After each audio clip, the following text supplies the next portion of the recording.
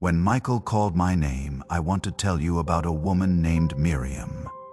And I think you already know her. Not her name, not her face, but something in her story will feel familiar. Something in the way she carried herself through the years.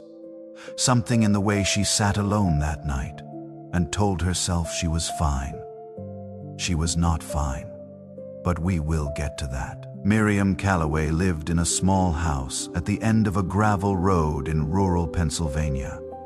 The kind of road that takes 2 turns off the highway and then disappears into trees. The kind of place where you know your neighbors by the sound of their trucks, where the nearest grocery store is 20 minutes away and nobody thinks that is strange.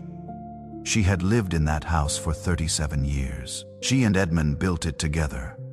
Not a metaphor. They actually built it. Edmund poured the foundation himself over one long summer. Miriam painted every room. They argued about the color of the kitchen for 3 weeks and ended up choosing a shade called antique cream that neither of them particularly loved, but both of them could live with. They could always find a way to live with things together. That was who they were. Miriam had worked as a nurse for 32 years at a small community hospital 40 minutes from that gravel road. Not a big city hospital, not the kind of place that makes the news, just a quiet building full of people doing the hard work of keeping other people alive. She was good at it, not just skilled. Good, the kind of nurse that patients remembered years later.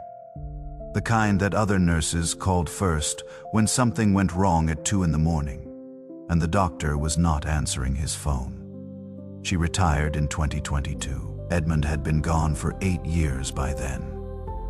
The house was still antique cream in the kitchen. She had never repainted it. Her son Declan was 38 years old and lived in Portland, Oregon. He had been married for 6 years. His wife's name was June. Miriam liked her. She had never told Declan how much. He called on birthdays. He called on holidays. He was not a bad son. He was a son who had grown up watching his mother need nothing from anyone and had eventually stopped offering. That is not blame. That is just what happens when someone is very good at disappearing into their own strength. Tonight was February. The middle of February in Pennsylvania. The kind of cold that does not announce itself.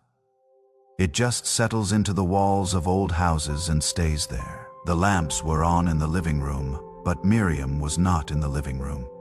She was sitting at the kitchen table in the dark. The clock on the microwave said 2:47. On the table in front of her was a piece of paper, 12 pages actually, folded in half. She had picked them up 3 days ago from an office that smelled like carpet cleaner and artificial flowers. A woman with reading glasses on a beaded chain had walked her through each page with a voice that was professionally kind. It was an application for a residential care facility 40 minutes away. A good one, clean. The woman had shown her photographs. There were plants in the common room. There was a garden in the back for warmer months. The staff had low turnover. That was the phrase the woman used, low turnover, as if Miriam would not immediately understand what that meant after 3 decades in healthcare. She had not signed it yet. She had told herself she was waiting until morning. Better light, clearer head. But the truth was something else. The truth was that she had been sitting at that table for almost 2 hours, and she was not waiting for morning. She was waiting for a reason. Any reason. Something to tip the scales in one direction or the other. The house was very quiet. That was the thing about February in Pennsylvania. The snow muffled everything. The birds were gone. The neighbors were inside. Even the gravel road outside made no sound because nobody drove down it at this hour. The quiet was total. The kind of quiet that has weight. Miriam had her hands flat on the table on either side of the folded papers. She was not looking at them. She was looking at the window above the sink. It was black outside. Nothing to see, just her own faint reflection looking back, and an old woman she had somehow become without quite noticing when it happened. She had not eaten dinner. She could not remember if she had eaten lunch. And then a voice said her name. Not loudly, not with thunder, not the way voices sound in movies when something supernatural happens and the music swells and the light changes.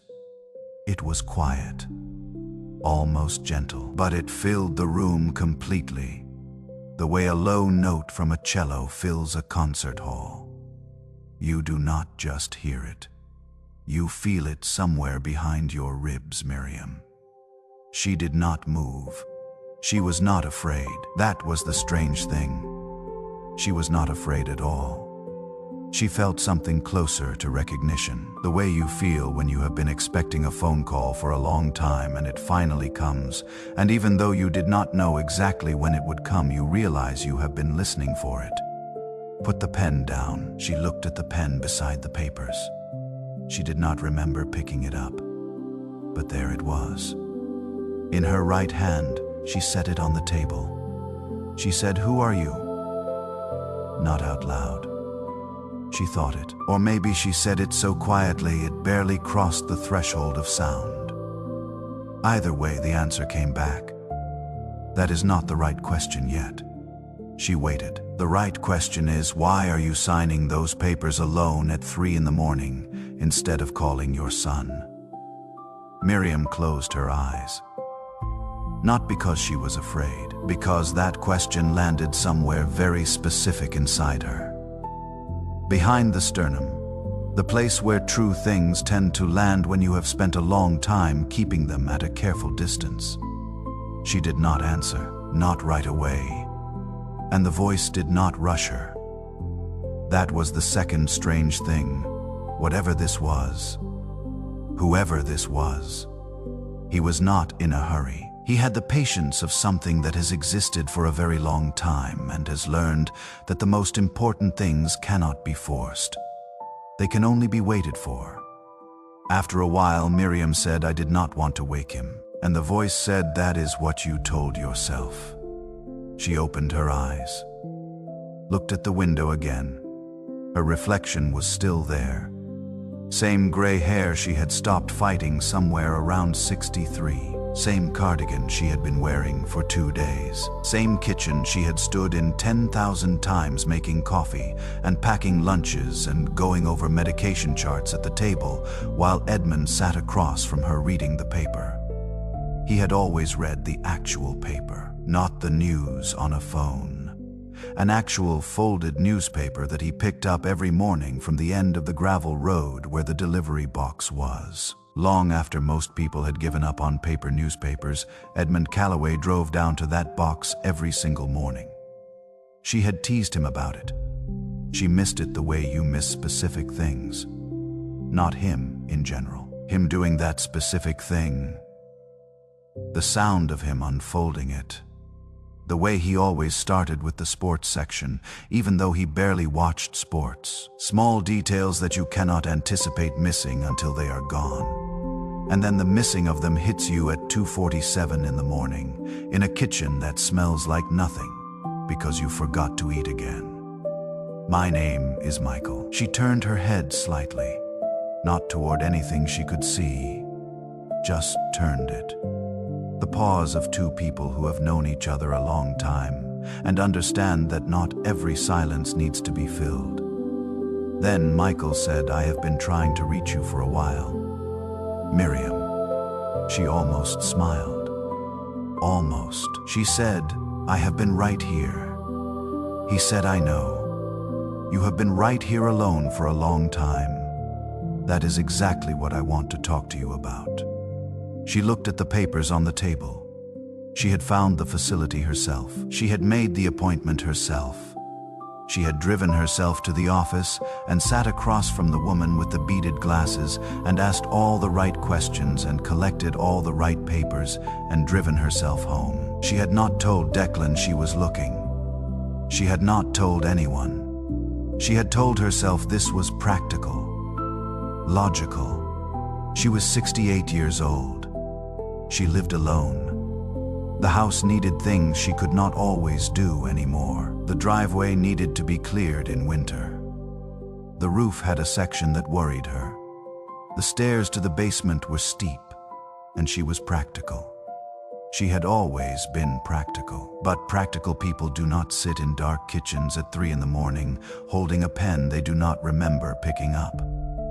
Michael said, "You have been a strong woman your whole life, Miriam. Nobody who knows you would argue with that." She waited. But somewhere along the way, he said, "You confused being strong with being alone. And tonight, I need you to think about where that idea came from, because it did not come from strength. It came from something else entirely." The kitchen felt warmer somehow. The lamps in the living room threw a thin wedge of light through the doorway. The clock on the microwave changed to 2:48. Miriam said, "What did it come from?" And Michael said, "Let me show you." She did not go anywhere. She stayed in her chair at her kitchen table with her hands flat on either side of a folded piece of paper. But something shifted. The way the light in a room shifts when a cloud moves across the moon. Everything the same and everything different. He began to speak. And now I want to stop. Because before I go further into Miriam's story, I want to say something to you directly. You may be thinking that this is a story about someone else. An older woman in Pennsylvania. A quiet house. A February night. Someone whose life looks different from yours. But I am asking you to stay with me, because the thing that Miriam was doing at that kitchen table at 2:47 in the morning is not unique to Miriam. It is not unique to women of a certain age, or people who live alone, or people who have lost someone. It is one of the most human things I have ever witnessed. She was making a decision about her own life in the dark, alone, without telling anyone. Not because she did not have people who loved her, but because she had spent so many decades being the one who handled things that she had forgotten she was allowed to ask for help. She had spent so long being the person other people leaned on that the idea of leaning back felt like weakness. It was not weakness, but she did not know that yet. Maybe you have made decisions like that, in the dark, alone. Maybe not about a care facility, maybe about your health, your finances, a relationship. Something you have been carrying quietly for months or years because you did not want to be a burden, because you told yourself that the people who love you have enough going on, because asking felt like too much. I want you to hear this clearly. The people who love you are not waiting for you to need less. They are waiting for you to let them in. Miriam did not know that yet either. But she was about to find out. Michael began to speak. And the first thing he showed her was a winter night in 1991. A hospital corridor with fluorescent lights.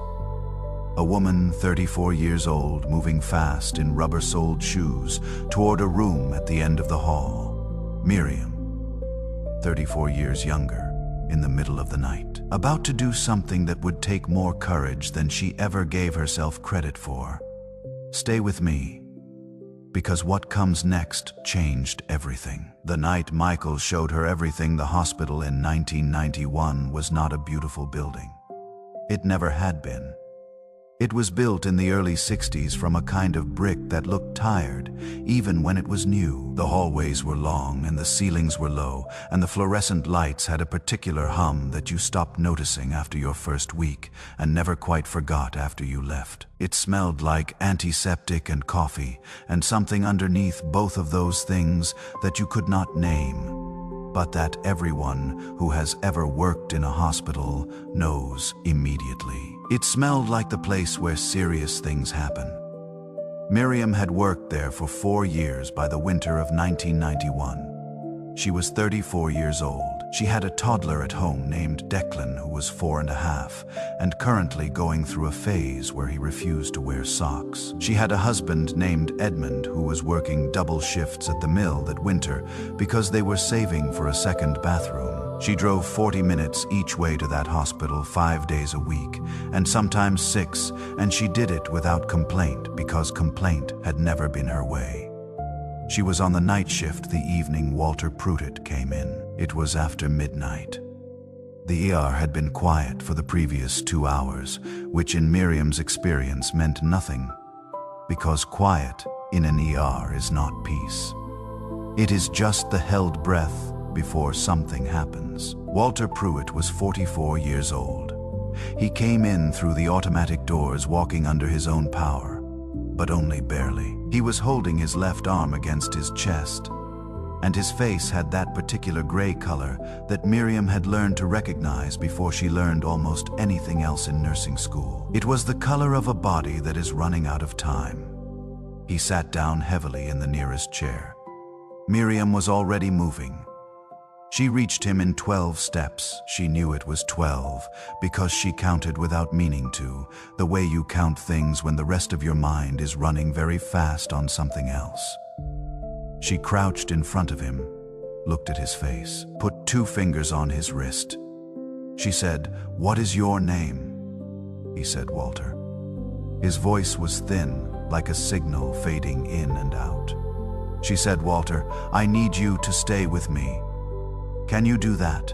he said. "I will try." She called for the attending physician. She called twice. The attending was a man named Dr. Hargrove, who was technically on call, but who had a habit of taking call nights as an opportunity to sleep in his office on a cot he kept in the corner. He did not answer his page the first time. He did not answer the second time. Miriam did not page him a third time. She made a decision. It was not the kind of decision that looks brave from the outside. From the outside, it just looked like a nurse doing her job. She started an IV line. She called the cardiologist on duty at the larger hospital, 40 minutes away, and described what she was seeing. She got Walter onto a gurney and into a room with a monitor. She held his hand when he asked her not to leave. She said, "I am not going anywhere." She meant it the way she meant most things completely. Dr. Hargrove appeared 20 minutes later with crease marks from his pillow still on his cheek. By then, Miriam had done everything that needed doing. He reviewed what she had ordered, made 2 adjustments, and did not thank her. He did not acknowledge what had happened in those 20 minutes while he was not answering his page.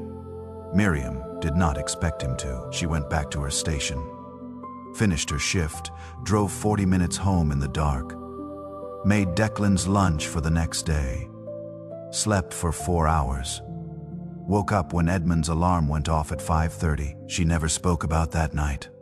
Not to Edmund, not to her colleagues, not to anyone. She wrote 7 words in a small notebook. She kept in her locker at work. She had kept that notebook for years. It was where she wrote down the things that mattered. Not long entries, just lines. The way some people keep a record, she wrote. Made the right call. Nobody saw. That is fine. And then she closed the notebook and put it back in her locker and went about her day. Now Michael paused. He let that settle. And then he told Miriam something she had never known. Walter Pruitt did not die that night. She knew that part. She had seen him discharged 8 days later, thinner and shaken but alive, walking out through those automatic doors with a woman Miriam assumed was his wife. She had watched from the corridor. She had not introduced herself. She had not needed to. What Miriam did not know was everything that came after. Walter Pruitt went home to a house in a small town 20 miles east of the hospital. He had 2 daughters, 11 and 14. He had a wife named Carol, who had been married to him for 16 years, and who would later tell her daughters that the winter of 1991 was the winter she understood what it meant to almost lose something. Walter stopped smoking the day he left the hospital. He started walking every evening after dinner. He fixed the back steps he had been meaning to fix for 2 years. Small changes, the kind that happen when a person has looked at the edge of something and decided to step back from it. His younger daughter, Patricia, was 11 that winter. Patricia grew up watching her father come home every evening for dinner. She watched him walk around the block after. She watched him read to her on weekends and argue with her mother about small things and make up after. She watched him be present in the way that only people who have been close to not being present anymore truly understand how to be. Patricia became a doctor. She specialized in cardiology. By 2025, she had practiced for 19 years. She had treated more than 300 patients with the same presentation her father had walked into an ER with on a winter night. In 1991, some of them were people who would not have made it without her.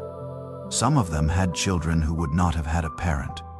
Some of those children would go on to do things the world needed them to do. A chain of life that began on a night when a nurse decided not to wait for a doctor who was not answering his page.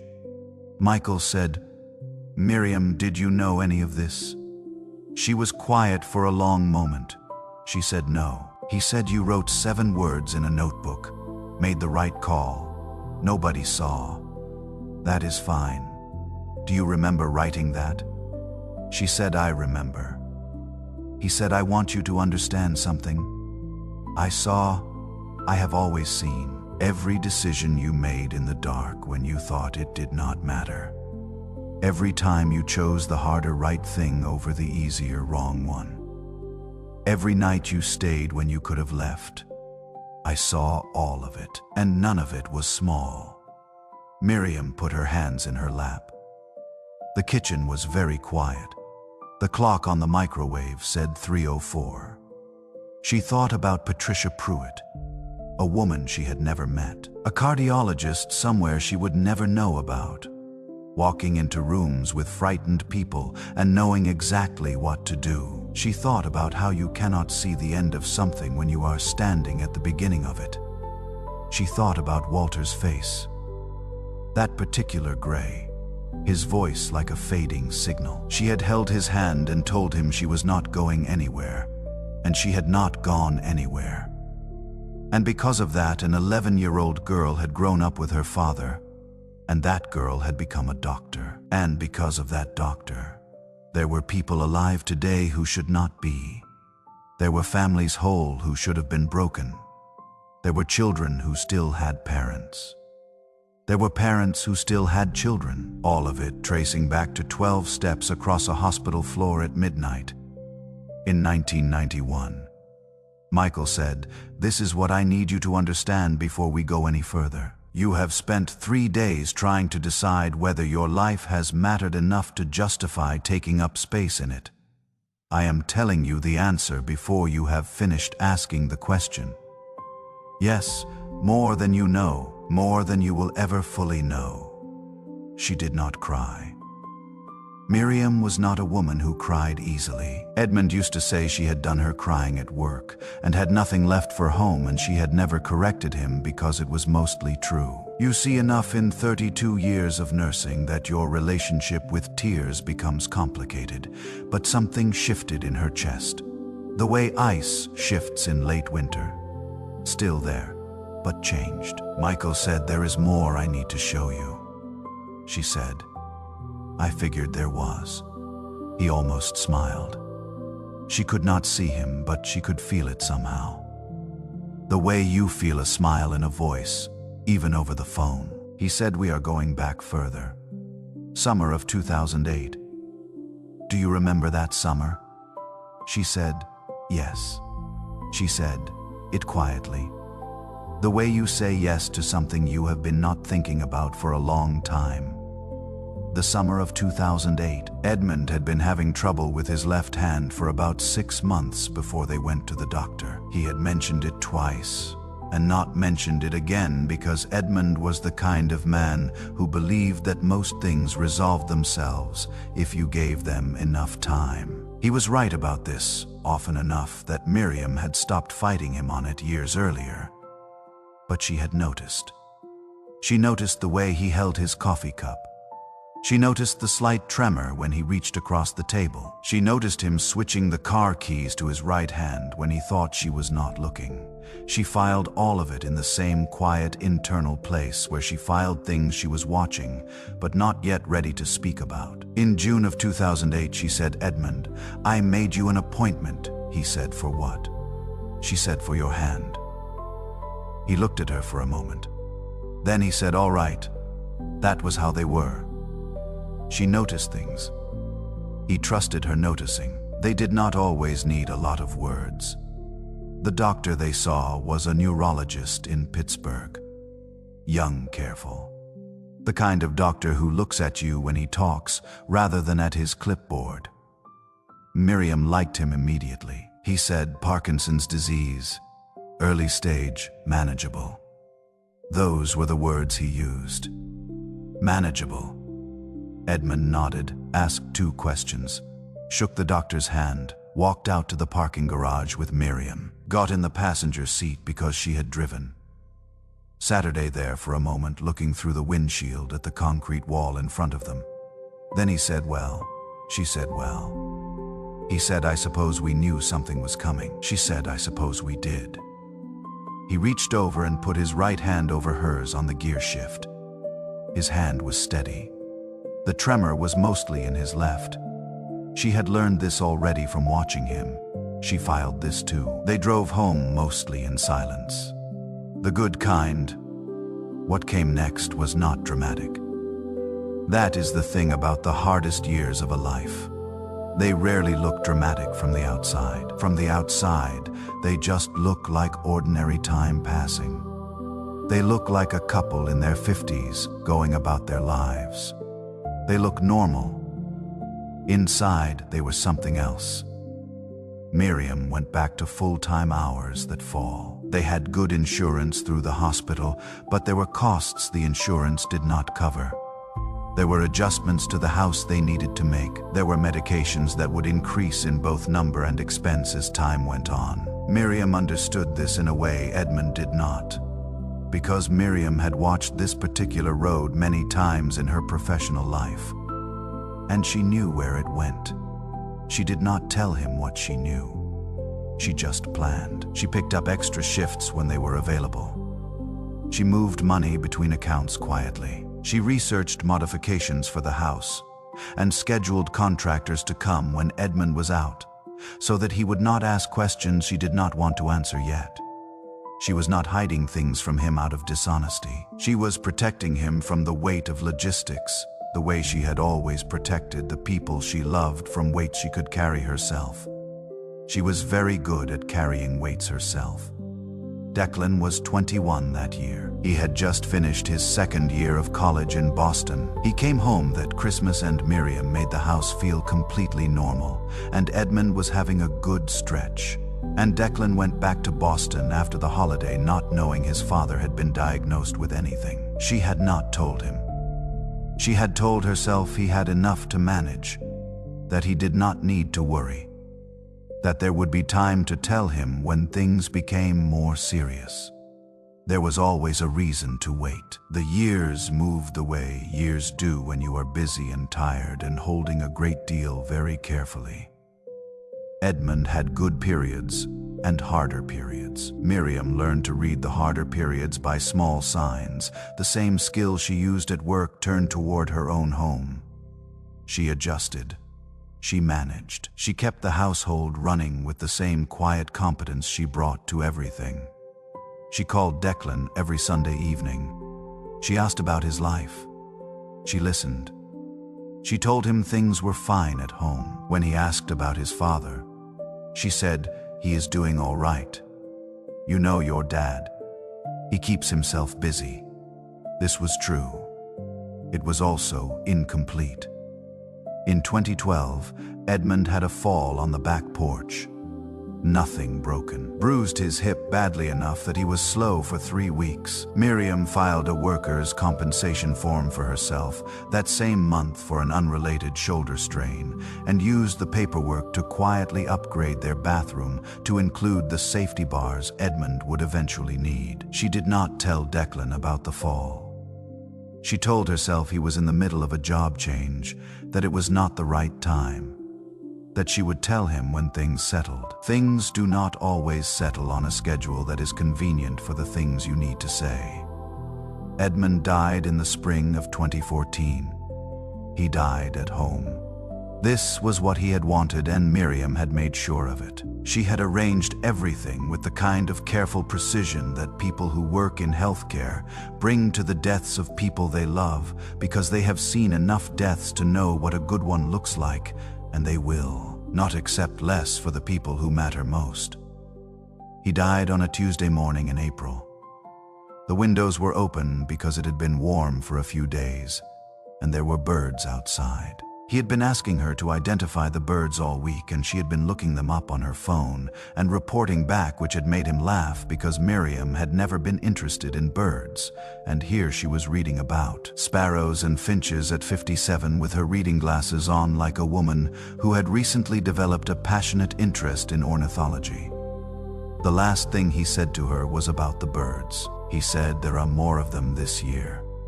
She said, "I think there are." He said, "That is good." And then he slept and did not wake. She sat with him for a while before she called anyone. She was a nurse. She knew, but she sat with him anyway. The windows were open. There were birds outside. The morning light was the particular gold of early April, and it came through the curtains in long stripes across the bed. She had 32 years of professional experience with death. None of it made this easier. She called Declan. He drove through the night from Portland. He got there the next morning, unshaven, red-eyed, still in the clothes he had packed in 20 minutes. He stood in the doorway of that kitchen and looked at his mother, and she could see him trying to find the right thing to say. He said, "Mom." She said, "I know." He said, "I did not know it was this close." "You said he was all right." She said he was all right. And then he was not. It was not enough. She knew that even as she said it. But she did not have more than that right then. She was very tired. She had been very tired for a long time. Declan stayed for 2 weeks. He handled the arrangements, the paperwork, the people coming to the door with food. Miriam let him do it. It was the first time in years she had let anyone do anything for her, and she noticed how unfamiliar it felt, like wearing someone else's coat.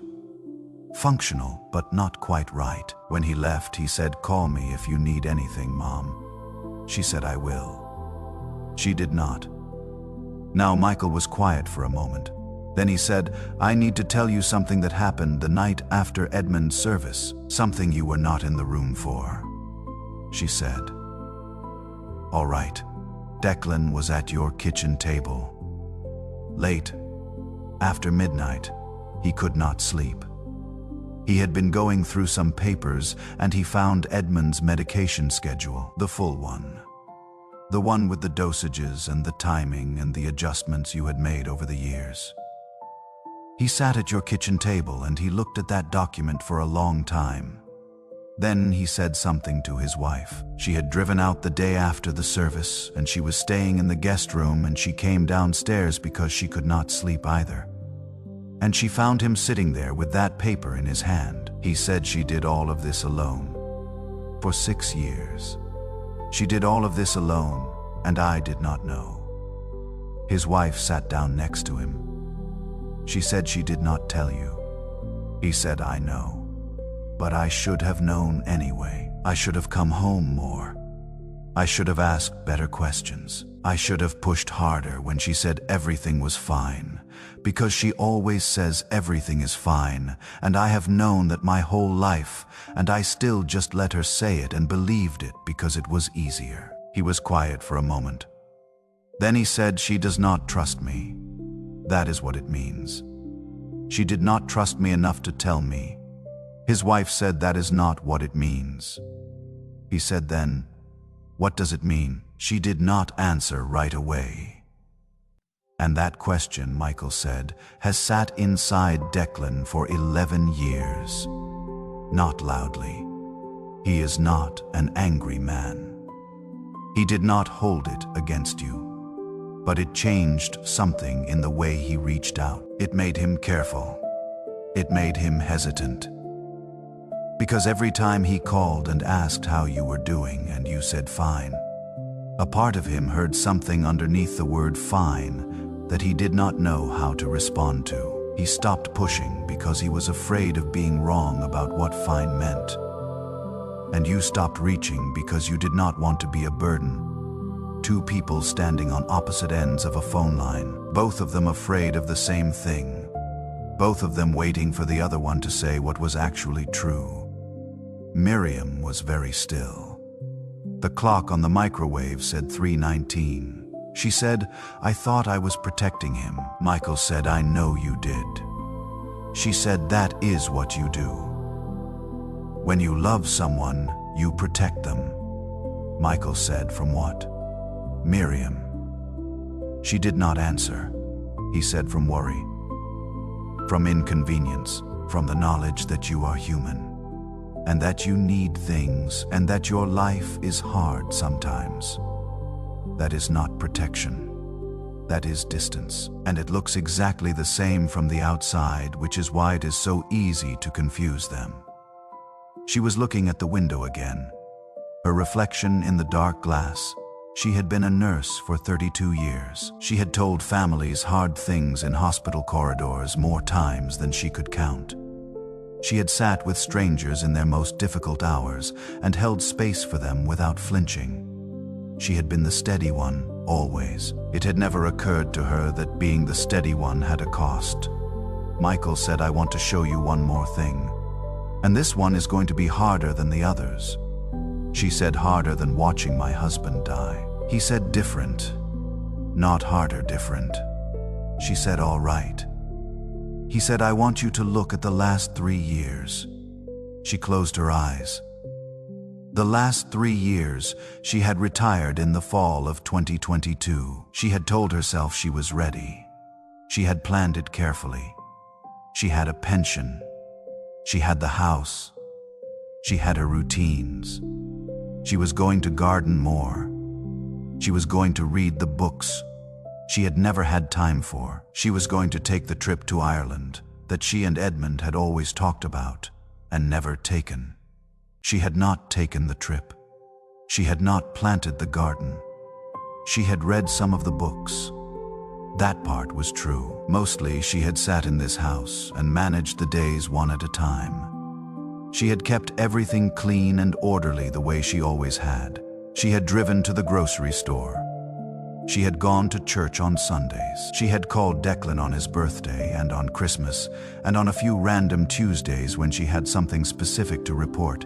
She had not reported how the evenings felt. She had not reported the way the quiet had a different texture now, that she was not going to work every day. At work, the quiet was a relief because it followed noise. At home, the quiet was just the air the house was made of. It was not peaceful. It was ambient. The background frequency of a life that had narrowed down to one person moving through rooms that were built for more. She had called it peaceful anyway, because what else do you call something you have decided to accept? Michael said. "I want you to tell me something honestly," she said. "All right." He said, "How many times in the last 6 months did you pick up your phone to call Declan and then put it back down?" She was quiet. He said, "I already know the answer. I am asking because I want you to say it." She said, "I do not know exactly." He said, "Yes, you do." She said, 11 times. Maybe 12. He said 11. I counted. She exhaled slowly. He said, "And each time, what did you tell yourself?" She said, "It was late." or he was busy, or I did not have anything important to say. Michael said, was any of that true? She said the time part was sometimes true. He said, and the rest of it? She said no. He said you wanted to hear his voice. That is a thing you are allowed to want. You wanted to tell someone that the house felt too big and that February in Pennsylvania is a particular kind of long, and that you had been thinking about Edmund every day for 11 years, and some days were better. And some days the kitchen felt like a room full of his absence. You wanted to say that you were tired of being fine. That fine is not a life. That you had given 32 years to other people's worst moments, and you were beginning to wonder if anyone was ever going to sit with you in yours. You wanted to say that. But you put the phone down 11 times. She pressed her lips together. That particular expression that people make when they are holding something large very carefully. He said the last time, "Do you remember what night that was?" She thought.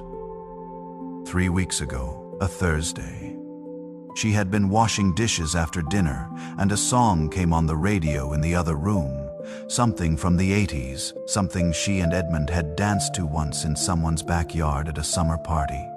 She could not even fully remember anymore. And the song had made her stop.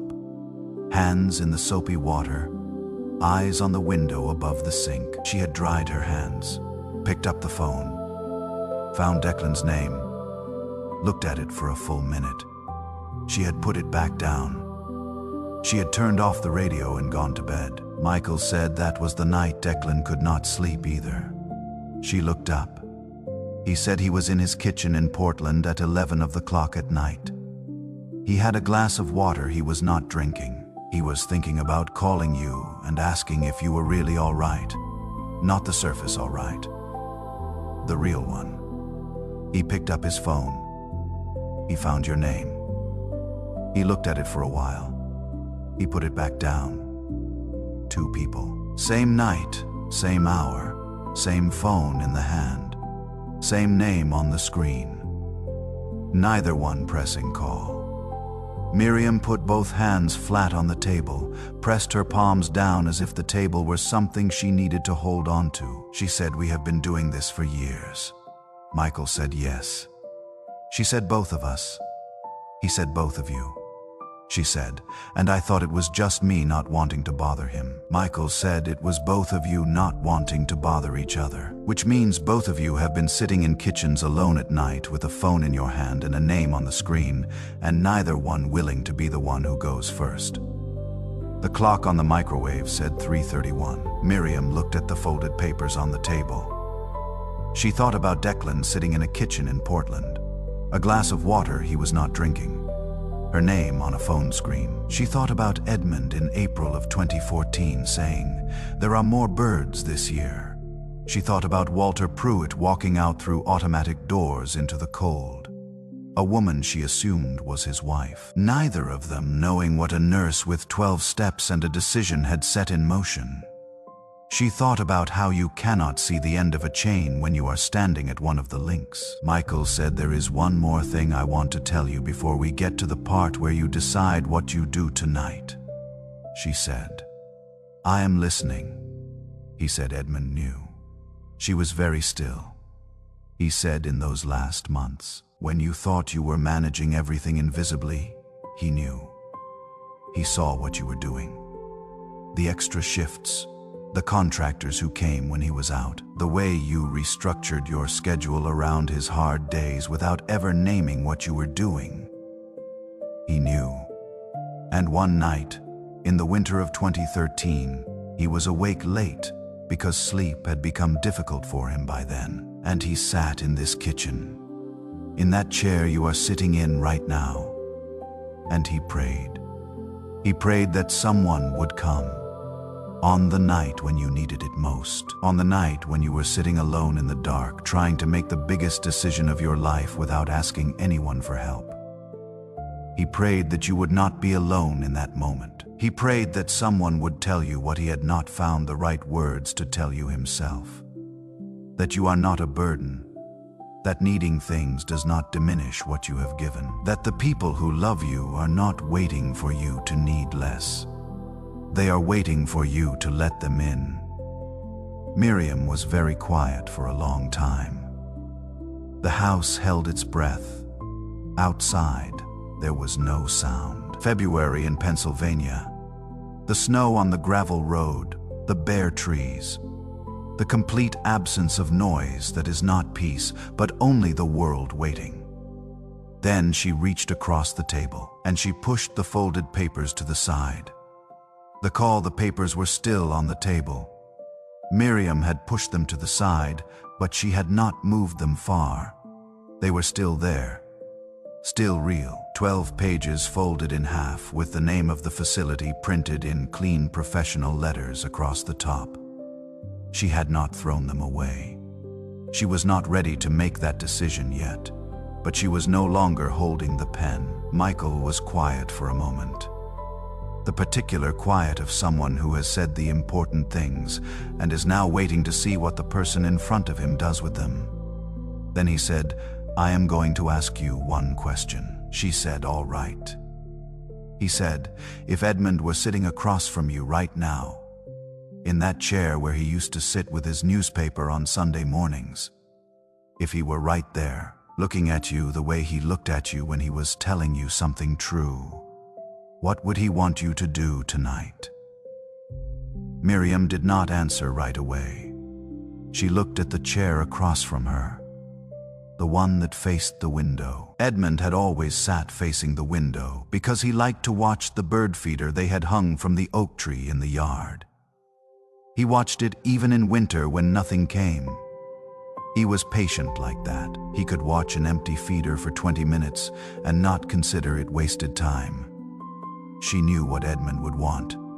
She had known for a long time. That was the honest truth. Underneath all the practicality and the planning and the quiet management of everything she had known, Edmund would not have wanted her to sign those papers alone in the dark without telling anyone. Edmund would have put his hand over hers on the gear shift and said, "Let us think about this together."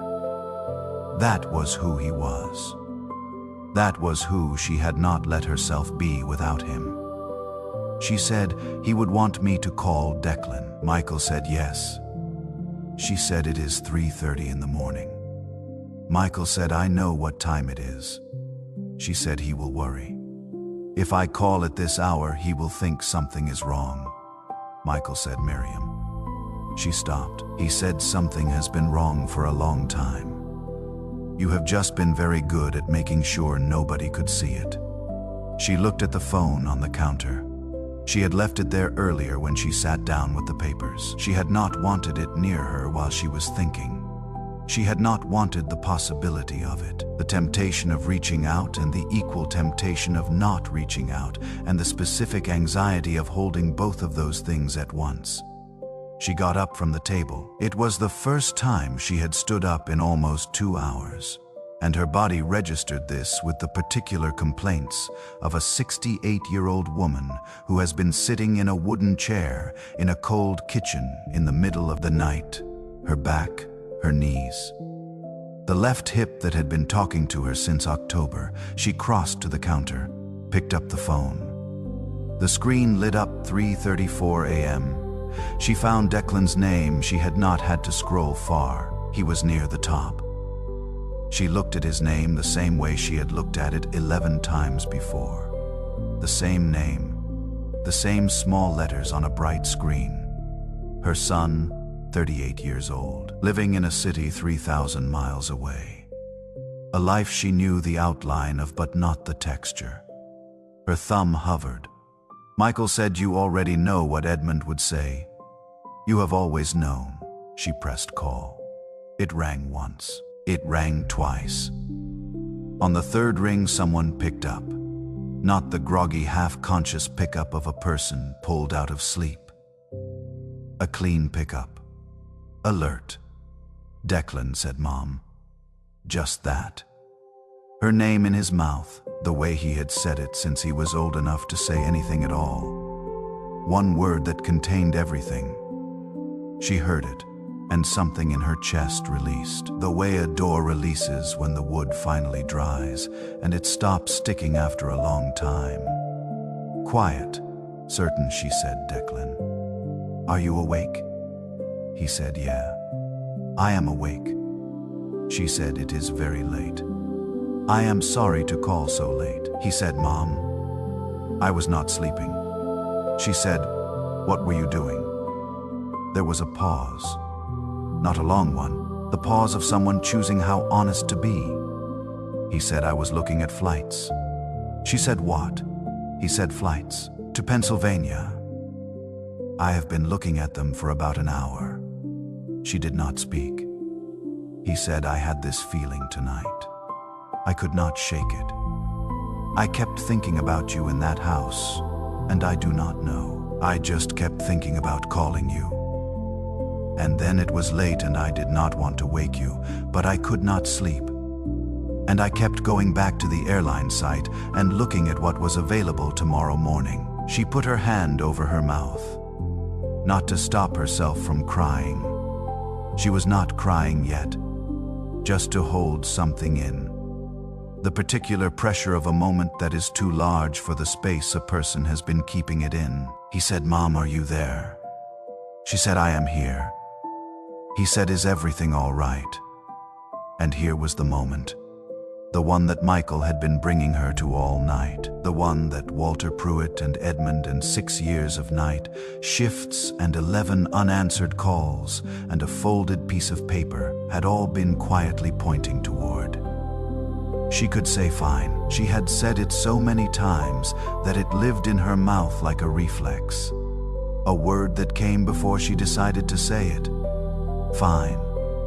A word that closed doors gently enough that nobody noticed they were being closed. She did not say fine. She said no, baby. Not entirely. The word baby surprised her. She had not called him that in years, maybe decades. It came up from somewhere, the same place where true things come from when you finally stop holding them back. Declan was quiet for a moment. Then he said, "Tell me." 2 words. The simplest possible words, but she heard inside them everything he did not say. "Tell me, and I am not going anywhere. Tell me, and I was waiting. Tell me, and this is what I have wanted you to do for longer than either of us has admitted." She looked at the table, the folded papers pushed to the side, the pen lying where she had left it, the cold cup of tea she had made hours ago and forgotten. She said, "I have been thinking about making some changes, and I have been thinking about it alone. And I think I have been alone with it for long enough." Declan said, "What kind of changes?" She said, "There is a folder on the table. I will tell you what is in it, but I did not want to tell you about it the way I was about to tell you about it, which was not at all." He said, "Mom." She said, "I know." He said, "How long have you been sitting in that kitchen tonight?" She said, "A while." He said, "By yourself?" She said, "Not entirely." A pause. He said, "What does that mean?" She almost smiled. Almost. She said, "It means I had some help thinking things through." She did not explain further. She did not need to, or perhaps she could not have explained in a way that would have made sense. And that was all right too. Some things do not require explaining. Some things just require accepting that they happened and being grateful. Declan said, "I am going to book the morning flight." She said, "You do not have to do that." He said, "I know I do not have to." She said, "Your job." He said, "I have vacation days, Mom. I have been saving them. I have been saving them because I kept thinking I would use them when you really needed me, and then I would tell myself you were fine, and I would not use them. I have 11 days saved." 11 days. She thought about 11 phone calls. His 11 days. The same number arriving from opposite directions, like 2 halves of a thing that had been waiting to be whole. She said, "All right." He said, "All right." She said, "Come home, Declan." 3 words she had not said to him in years. Come home. Not as invitation, not as request, as permission. The way a door sounds when it finally opens after a long time stuck. He let out a breath, the kind of breath that has been held for a while. He said, I will be there by noon. After they hung up, she stood at the counter for a moment, the phone still in her hand. The kitchen around her the same as it had always been, antique cream walls. Edmund's old clock on the wall above the stove that she wound every Sunday morning because he had always wound it and she had kept on winding it after he was gone. The bird feeder visible through the window in the dark. No birds now, but it was there. She would fill it in the morning. Michael said, one more thing before I go. She said, I thought you might have more. He said, Edmund was right. There are more birds this year. You will see them when the weather breaks. She pressed her lips together, that particular expression. Something held carefully. She said, thank you. He said, you were never alone, Miriam. Not on the night shift in 1991. Not in the years you carried Edmund's illness by yourself. Not in the mornings after he was gone when you wound that clock and made your coffee and kept going. You were never as alone as you felt. I need you to know that. She said, I am beginning to. He said, good. That is enough for tonight. And then the quality of the air in the kitchen changed. Very slightly, the way a room changes when someone has just left it. Not empty, just different. She stood there for another moment. Then she picked up the cup of cold tea and poured it out and put the kettle on. She was not going back to sleep tonight, and she knew it, and she had stopped pretending to herself about things she knew. She got a fresh cup from the cabinet. She moved the folded papers off the kitchen table and set them on the counter. Not thrown away, not signed, just set aside. There would be time to think about them properly with Declan together in daylight. With coffee and 2 people at the table instead of 1, she sat back down. The kettle began its slow build toward boiling. Outside, the February night was exactly what it had been all evening, cold, silent, dark. Nothing had changed in the world. The gravel road was still frozen. The oak tree was still bare. The nearest neighbor was still a half-mile away and asleep. But the kitchen felt different. Not warm exactly. The heat was not on, but different. The way a room feels different when it is no longer the place where you are alone with something too heavy to carry. When it becomes instead the place where you put the heavy thing down, even just for tonight. Even just until morning. The kettle began to whistle. Miriam got up and poured the water. And somewhere in the darkness outside the kitchen window, the bird feeder hung from the oak tree and waited for morning, the way it always had, and the way it always would, and the way some things simply do quietly, without needing to be told. Patient. Ready.